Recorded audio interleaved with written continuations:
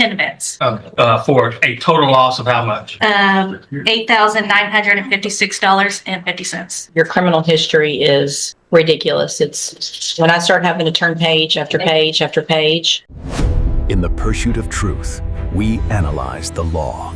This is Justice Clash 24.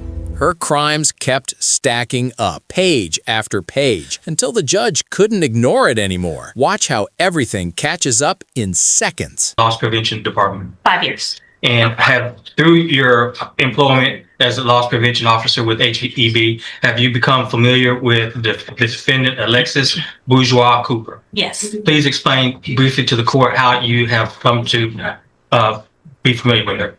She originally came on our radar back in February of 24 when she started stealing from our stores in Montgomery County. And then she was pulled over shortly after stealing at a Conroe store. And that's how we were able to ID her. And you understand that she's already pled guilty today to a state jail felony level theft for $3,547 worth of cosmetics and makeup from a HEB store in Port Arthur. You understand that, correct? That's correct. And she committed that offense along with co-defendants Katira Green and Monique Nguyen. Please briefly tell the court your familiarization with Katira Green and Monique Nguyen. Both of those parties are part of an organized retail crime and a spree group that we've been following about at the same time. And they have in Houston area, Katarina Green has for stealing from our stores about $56,000 worth of cosmetics, and Monique. Your Honor, I just object to any co-defendants' restitution amounts or what they've pled guilty to or found guilty of. That's overruled. Go ahead.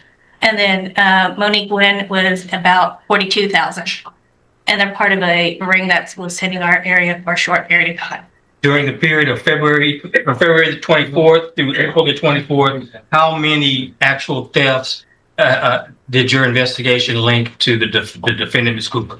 10 events. For a total loss of how much? $8,956.50. Now, for the entire ring, what approximate dollar amount would you put on? Well, let's break it down. What about for Nguyen, defendant Nguyen? How much would you attribute to her? About $42,800. And for the defendant Green, how much would you attribute to her? $56,000. Is it fair to say, in your opinion, that this group has been operating as an organized retail theft ring? Yes. And have you, in your 5 years of experience in loss prevention, have you? How would you rank this endeavor? This is about the second highest ring we've had in HEB. And you prepared a report? Yes. Okay, and you reviewed that report That is prior to testifying here today? Yes. All right, I'll pass it to the judge. Thank No you. questions, Your Honor. Thank you, ma'am. You can have a seat. Judge, just if I may, I don't know what I was thinking today that I agreed to a cap of 12 months. I certainly see how the court would be inclined to give this defendant more than 12 months, Judge. Well, actually, I do know what I was thinking. If you look at her criminal history, she actually has not been to prison before.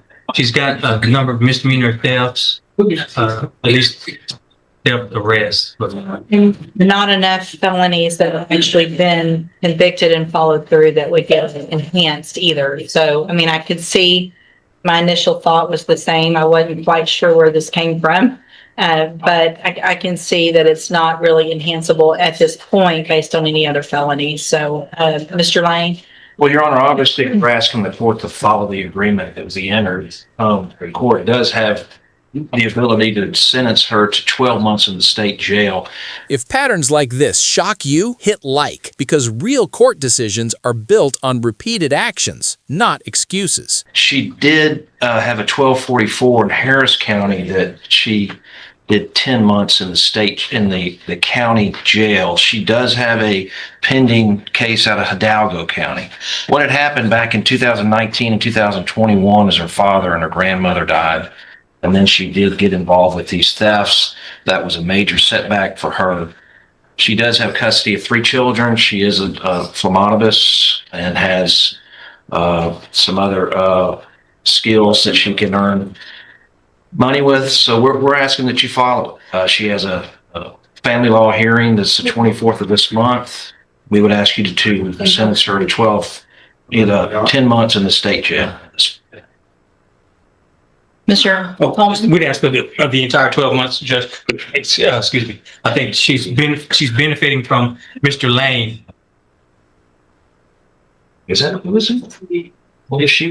She's benefiting from Mr. Lane's negotiation with me in working me down to a cap of 12. I'd ask for the entire 12, Judge.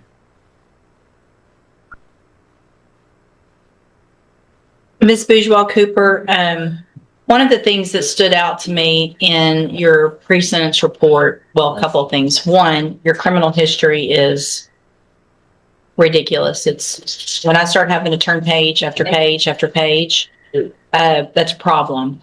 And your version of this about I didn't really know what was going on, and I just went with somebody at the store, and I didn't know what county what I was in. You didn't know what county you were in because y'all were going from county to county to county, and still you're not going to help yourself by saying anything right now, okay?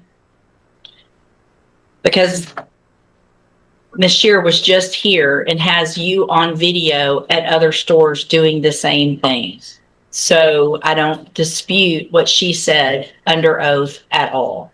I think Mr. Lane did an amazing job for you, and you are very lucky because he got you the cap of 12 months because you deserve a lot more, in my opinion. At this time, I'm going to find that you entered your plea of guilty freely and voluntarily. And in cause number 24 DCCR 1296, find sufficient evidence to find you guilty, and at this time find you guilty of the state jail felony offense of theft of property. Sentence you to a term of 12 months in the state jail prison. You will receive credit on that sentence for any time that you've been in custody that the law gives you the right to receive. I'm going to hand you the trial court certification that shows this was an agreement that I followed, and so you waived your right to appeal. I have also handed you a written admonishment regarding your ineligibility to possess a firearm or ammunition. Because of the judgment entered against you, you're ineligible under Texas law to possess a firearm or ammunition. Possession of a firearm or ammunition could lead to charges against you. If you have questions about the laws that make you ineligible to possess a firearm or ammunition, or about how long that lasts, you can talk with Mr. Lane.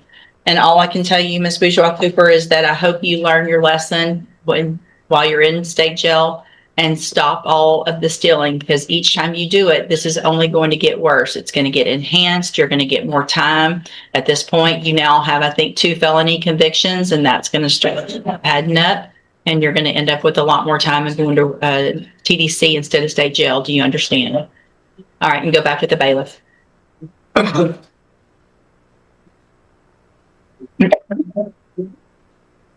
Ma'am. I love you, lady. Now.